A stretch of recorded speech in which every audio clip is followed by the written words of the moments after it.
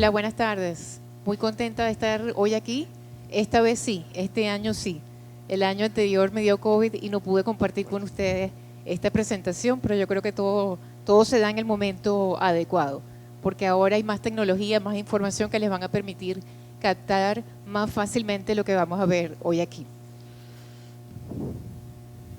Hoy vamos a hablar, como saben, en el título de la conferencia, de negocios exponenciales, o mejor conocido como organizaciones exponenciales, que son aquellas que se dice que tienen por lo menos un crecimiento 10 veces mayores a sus competidores en su entorno.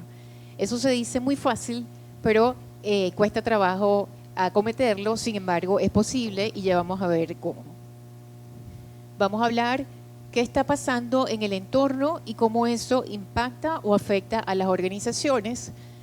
También vamos a ver qué tienen en común esas empresas que sí han logrado ese crecimiento exponencial, para a partir de allí identificar esas mejores prácticas y ver cómo las podemos incorporar en nuestros negocios.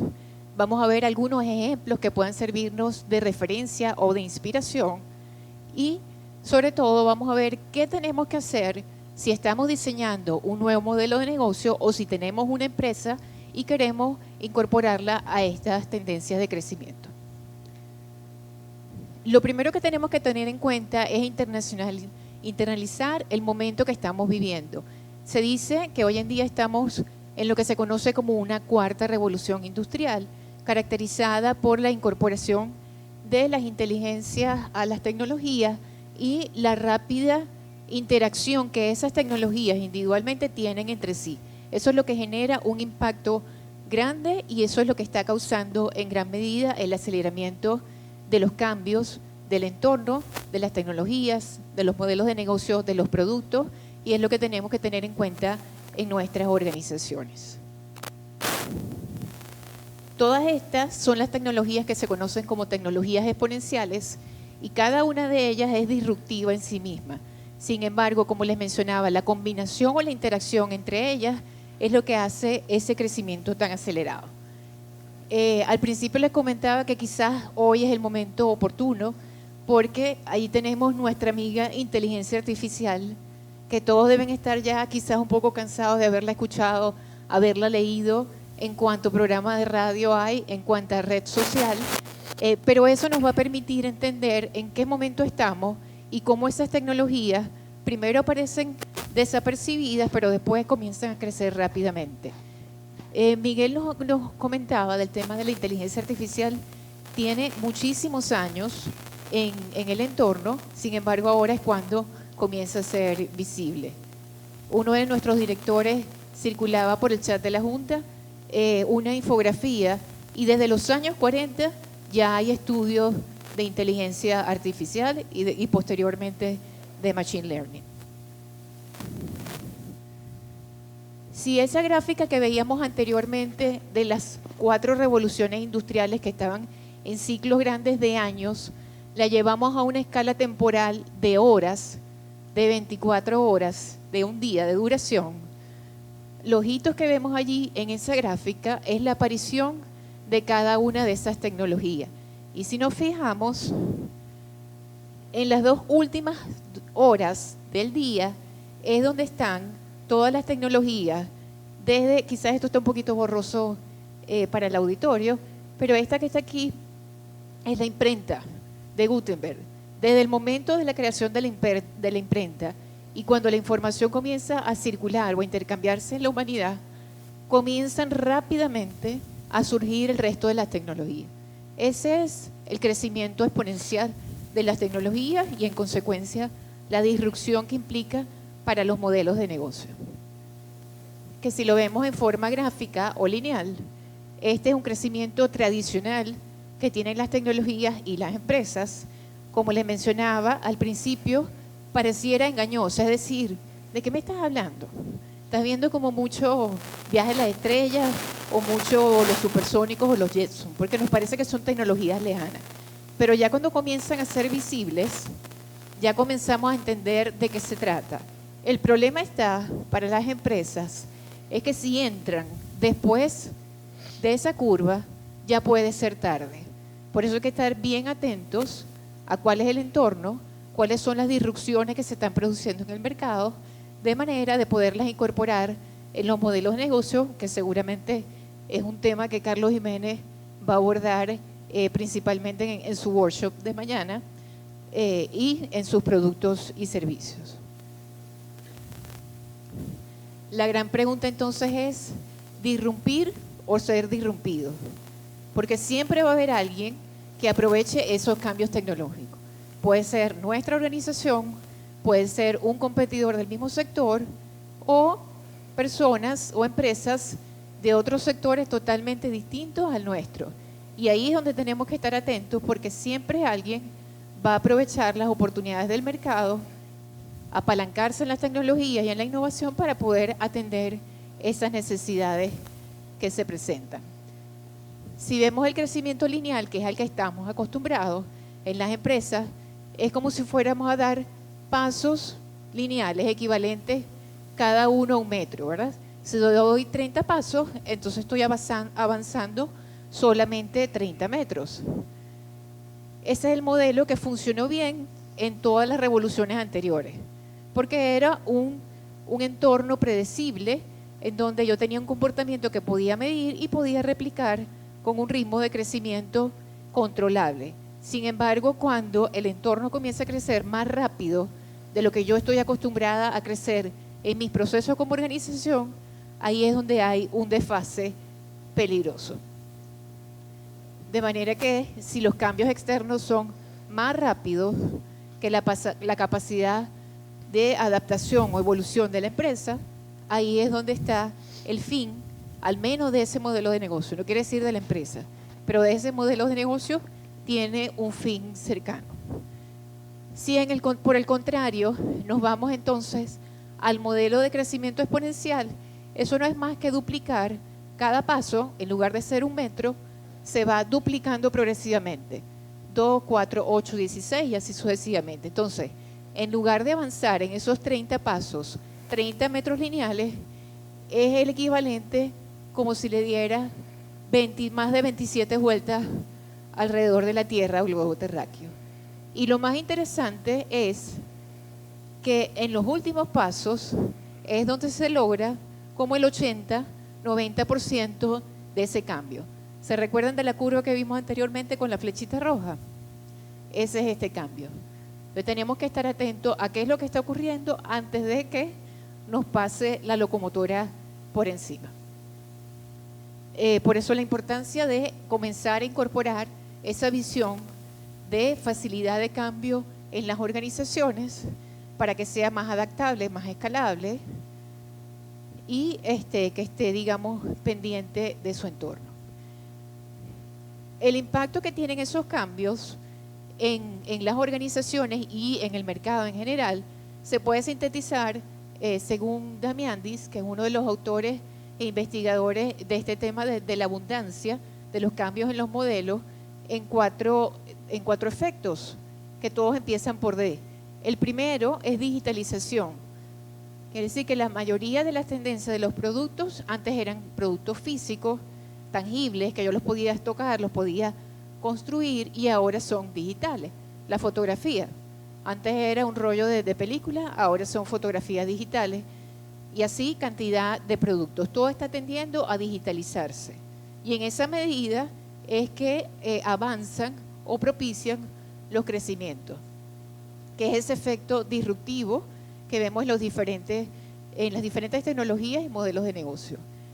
En consecuencia, cuando ya eso se digitaliza, comienzan a disminuir los costos. Cualquier tecnología que entre en el mercado, generalmente, por ejemplo, es asumida por la industria militar. Los drones, por ejemplo. Los primeros drones fueron de uso militar porque evidentemente son costosos, no está accesible para el uso comercial. Hoy en día tenemos drones hasta en los teléfonos. En estos días vi un post de un teléfono que tenía, así como las supercámaras que tenemos en nuestro teléfono, que cada vez toman mejores fotos y mejores videos, y tenemos por supuesto nuestros fotógrafos profesionales, pero cada uno de nosotros con un teléfono en mano puede tomar una buena fotografía, un buen video y comunicarla. Igual es el tema de los drones, por ejemplo.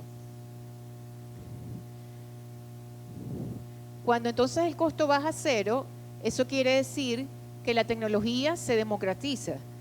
Cada uno de nosotros puede tener más fácil acceso a esas tecnologías y en consecuencia cada uno de nosotros se convierte en un competidor para un negocio que antes era tradicional o reducido, digamos, a unos especialistas con acceso a unos equipos costosos. Aquí hay algunos ejemplos de los cuales conversamos. El de la fotografía, que es un clásico, donde de un rollo de película que tenía un límite, esto es importante, ¿no? Se basaba en la escasez, es decir, un número limitado, no sé si pueden escuchar, un número limitado de fotografías. Eso quiere decir que si yo iba a tomar fotos tenía que tener cuidado o administrar ese rollito que había comprado para ese viaje o para esa actividad especial. Hoy en día tengo el teléfono, lo tengo en el bolsillo, lo tengo en la cartera y puedo tomar cuantas fotos quiera y después borrar, editar, acomodar. Hablábamos del tema de la fotografía, del tema de la música. Aparte de la digitalización, anteriormente entonces estábamos en un entorno reducido, limitado por la escasez. Los recursos eran limitados. Cuando se digitaliza, casi que no hay límites y entonces empezamos a entrar en otro ámbito de problemas. Por ejemplo, si ya tenemos casi que un número ilimitado de fotografías, entonces ahora el problema es dónde almacenar las fotografías, cómo tener acceso, cómo clasificarla, cómo generar buscadores fáciles de esa fotografía o cómo limpiar el teléfono de fotos repetidas, por ejemplo. El tema de los libros, anteriormente solamente impresos, hoy en electrónico, y ni hablar del tema de las películas. Sí nos acordamos de Blockbuster, ¿verdad? Yo sí me acuerdo de meter el cassette en el buzón amarillo y alquilar las películas para el fin de semana. Hoy no solamente es el cine y la televisión, sino que tenemos la televisión y todas las series y todos los productos en streaming. Así como la digitalización y la democratización, tenemos la democratización de los productos y servicios. Los productos, en la medida que van entrando las nuevas tecnologías y los nuevos modelos de negocio, van perdiendo valor. Ya no los necesito y en consecuencia van desapareciendo. Y así vamos evolucionando a lo largo del tiempo y van cambiando los modelos de negocio, pero también todas las empresas y proveedores de servicios que estaban detrás de esa oferta de valor.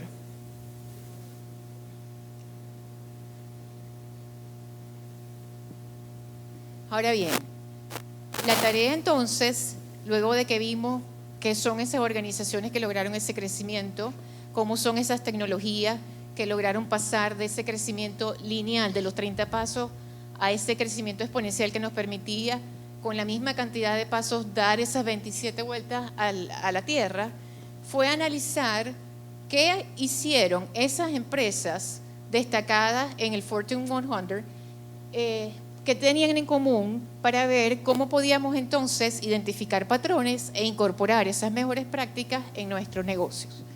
Y al estudiarlo, aquí no sé si pueden apreciarlo, las negras son las que están en el tope de las 10 mejores, luego aquí 20, las 10 menores y las 20 menores.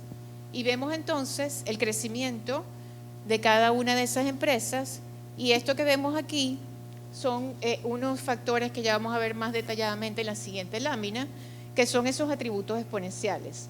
El NTP, que es como el motivo, el motor de esas organizaciones o de esas empresas, una serie de atributos internos y de atributos externos para poder manejar esa conectividad con la abundancia.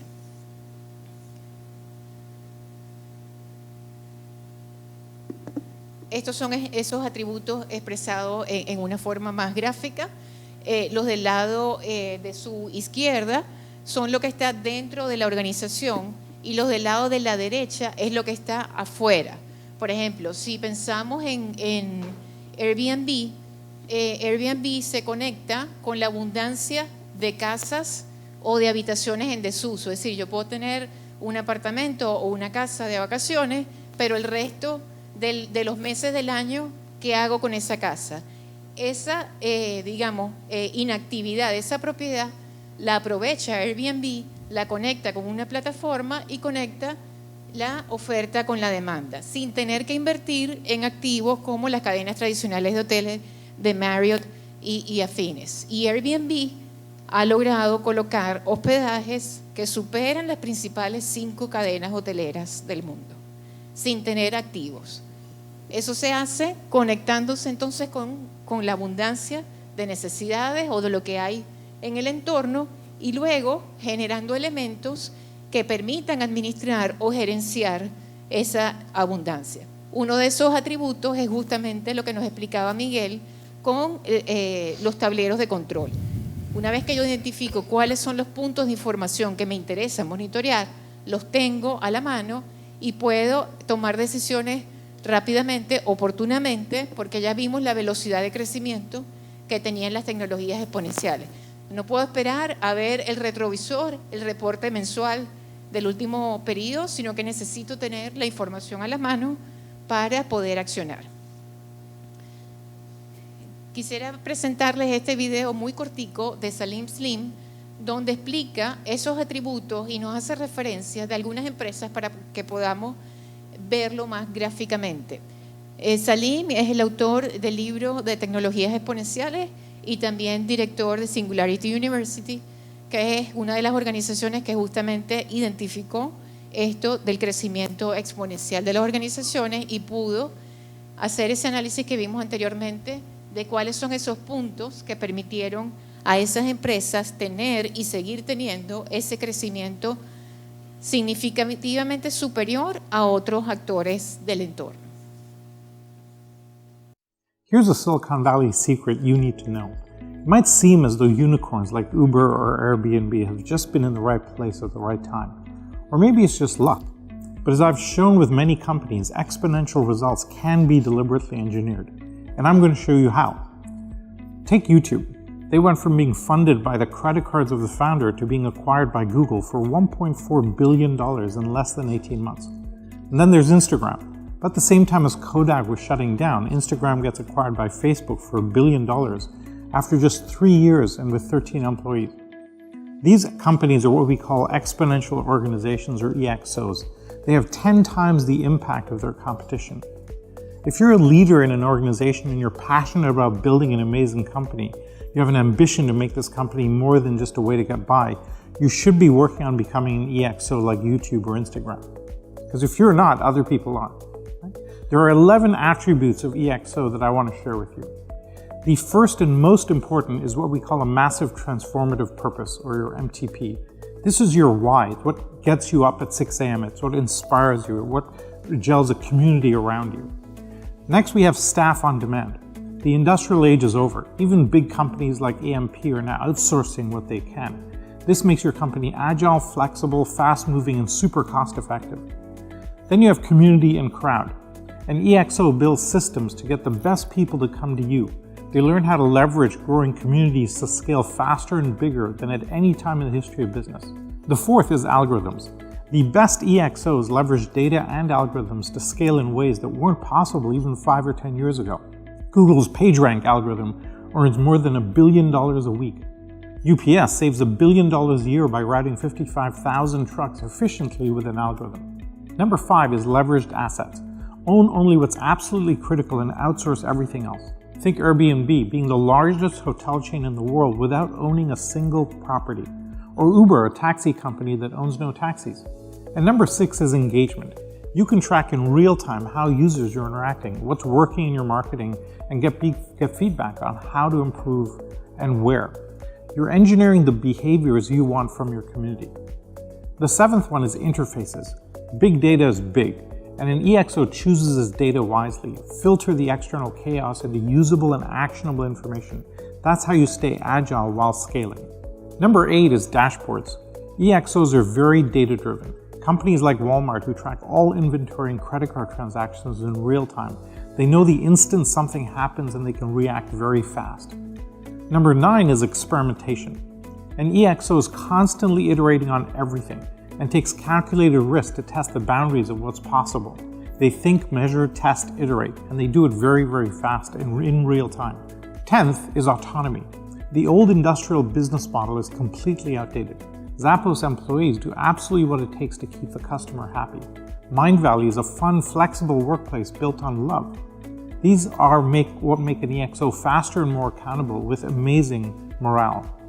And finally, number 11 is social technologies, social platforms like Slack, Yammer, Chatter that allow EXOs to make fast decisions, leverage community, and enable peer-to-peer interactions.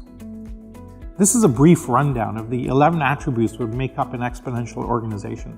But to become an EXO and you're an existing organization, you need to execute on about 4 of them. If you're a startup, you should be going after all 11. That's the secret. ¿Cuántos contaron en su negocio? ¿Cuántos tienen? ¿En cuántos están trabajando? Bueno, vimos con Salim algunos ejemplos quizás más internacionales, pero quisimos traer unos ejemplos un poco más cercanos de Latinoamérica para sentirnos más accesibles a esas posibilidades.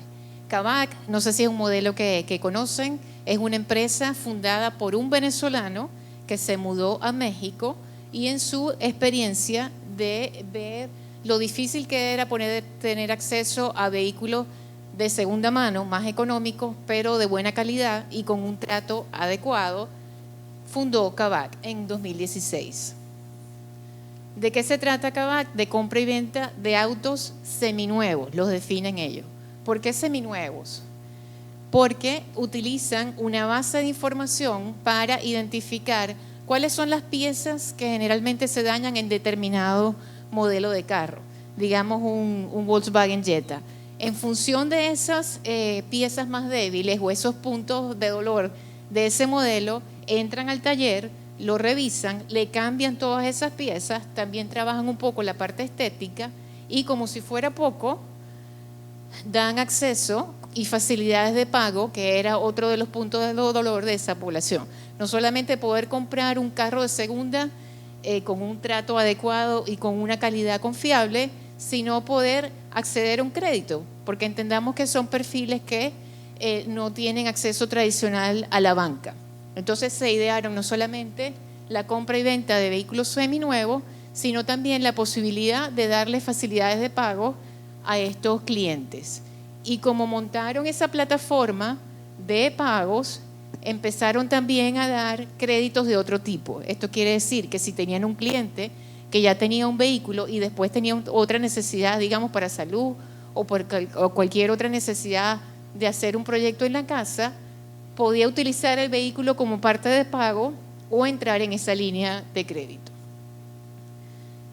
Utilizan como para plataformas de interfaz o de integración con los clientes las app y también las entregas a domicilio, y por el innovador modelo de negocio tuvo una valoración de 8.700 millones de dólares, superando a las empresas tradicionales mexicanas que tenían más de 40 años haciendo vida en México. Quiere decir que entonces visionar las necesidades, las oportunidades en el mercado, otra vez conectándose con la abundancia. Y la abundancia puede ser de lo negativo, es decir, de la cantidad de personas que no tienen acceso a un vehículo o a crédito. Me ideo un modelo de negocio diferente, distinto al tradicional de la banca, le doy acceso a esas personas y tengo entonces la capacidad de poder presentar mi caso de negocio y obtener fondos, no de la banca tradicional, sino de los fondos de inversión que creen en proyectos de este tipo. Eso le permitió entonces instalarse en México, pero luego comenzar a tener expansiones hacia otros países de Latinoamérica con mercados similares como Argentina y Brasil. Otro ejemplo de alimentos es esta empresa chilena creada en el 2015, que lo que hace son alternativas vegetales como sustitutos de carne, leche y huevos. ¿Y cómo lo hacen? Con un algoritmo que ellos patentaron que se llama Giuseppe, que permite identificar las texturas, sabores, olores, etcétera, de esos alimentos y poder replicar con opciones vegetales sustitutos para esas líneas. Esa inteligencia artificial les permitió la velocidad de poder hacer ese análisis y poder lanzar los productos al mercado. También participaron en rondas de inversión de grupos de inversionistas, obteniendo en ese caso $85 millones, y eso les permitió tener presencia no solamente en Latinoamérica, sino también empezar a escalar el mercado norteamericano y tener presencia en principales cadenas de supermercado y también de cadenas de alimento de comida rápida, ofreciendo sustitutos para las personas que no quieren esa comida, digamos, chatarra. Y un caso venezolano es Yomi, que sale después de la pandemia. Es como decir el Rappi y el Uber venezolano, porque tiene tanto delivery como traslado de personas. En ese momento fue la aplicación más descargada en Venezuela, con reparto de comida, farmacia, etcétera, y también traslado de personal. Y tiene otro elemento interesante en el modelo de negocio, que son los dark store, es decir, las tiendas donde no va ningún consumidor, sino que sencillamente tengo ahí los productos de más alta rotación y son los que despacho en una promesa de tiempo bien cortica. Ese modelo sencillo fue el que le permitió también tener un crecimiento en Venezuela circunstancialmente en pandemia y luego comenzar a expandirse a otros países latinoamericanos y, por supuesto, poder tener acceso, una vez que tú tienes tu caso de negocio, a rondas de inversión para apalancar esos crecimientos. Si recuerdan el video de Salim, nos hablaba que en el caso de compañías existentes, la recomendación es trabajar en al menos 4 atributos, fortalecer 4 atributos, identificar, por supuesto, cuáles son los más relevantes para la compañía. Y si estoy diseñando un modelo de negocio desde cero, entonces ahí sí tengo que pensar un poco más completo en ese diagrama que veíamos de los 11 atributos. Si lo vemos en un lienzo, es combinar o diseñar el lienzo de modelo de negocio, que probablemente Carlos va a trabajar en su taller, con el lienzo del ExoCanvas, que son los atributos exponenciales. Para que lo veamos con un ejemplo, en el caso de Uber, que hablábamos de los recursos, es decir, si yo en lugar de tener los vehículos propios, traslado esos vehículos a mis aliados, estoy quitando dentro de la estructura de costo del negocio los vehículos. Y si adicionalmente la fuerza, digamos, de servicio la ofrecen también los aliados, ya tampoco la tengo dentro de mis recursos o actividades clave. Y así voy haciendo más fácil la escalabilidad del negocio. Si vemos el caso de Airbnb que mencionábamos anteriormente, el aprovechamiento de la capacidad ociosa. Otra vez, no tengo los hoteles, no tengo los edificios, no tengo la infraestructura física, sino que uso la infraestructura de los aliados y me comunico con ellos a través de interfaces que permitan conectar la oferta con la demanda. Ahora bien, en el caso de organizaciones o empresas ya existentes, ¿y cómo hago si tengo que cambiar el caucho con el carro andando?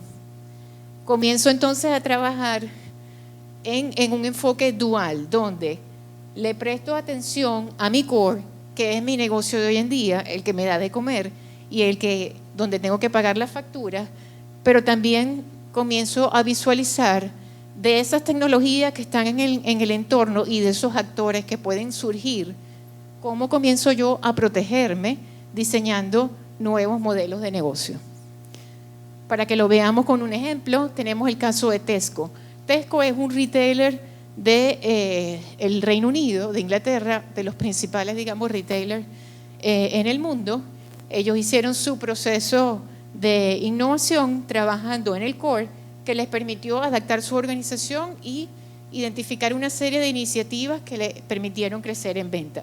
Y una de esas fue el análisis y estudio del consumidor, identificar y poder proyectar cuáles eran las compras o las tendencias de compra de esos consumidores y en consecuencia hacer un mejor aprovisionamiento de las mercancías, de inventario, etc. Se volvieron tan expertos en eso que comenzaron a desarrollar una iniciativa externa, que es esta que vemos aquí, dunnhumby, y esa inteligencia de negocio la empezaron a vender y ofrecer en servicios a otros retailers.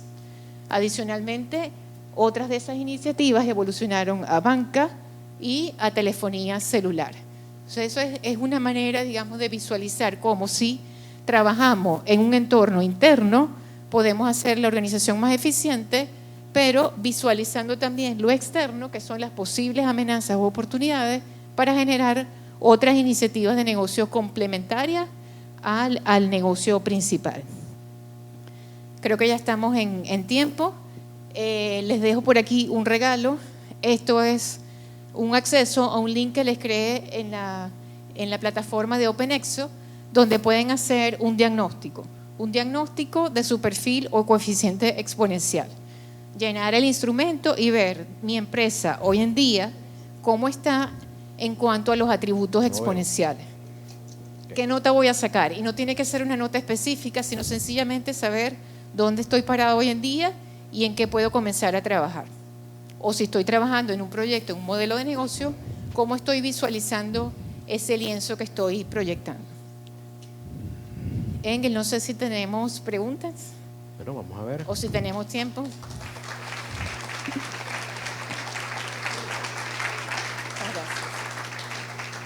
Ya vamos a ver si tienen preguntas que formularle a Ana. Es el momento, por allí está caminando Desiree por los asientos y se lo pueden hacer llegar a ella.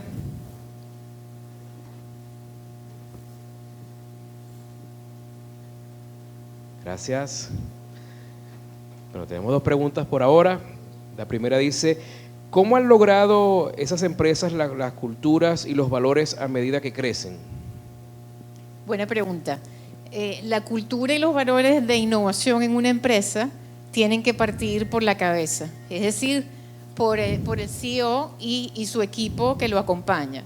La innovación surge de la firme convicción del líder de la organización y de su equipo. Como dicen los gringos, you have to walk the talk. Tienes que evidenciar con hechos lo que estás diciendo en palabras. No puede ser puras palabras bonitas, te lo tienes que creer y en consecuencia tienes que hacer acciones específicas dentro de la organización. Muy bien. Una segunda pregunta dice, ¿cómo han logrado las organizaciones mantener el crecimiento exponencial en el tiempo? Buena pregunta también.